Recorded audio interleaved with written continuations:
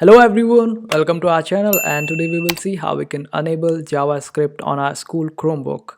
And if you are looking to enable the inspect element on school Chromebook, then you can check out our other videos. But for now, let's see how we can allow JavaScript for a website on school Chromebook. So for that, open up a browser and a new tab, and then click on the three dots on the right hand side on the top.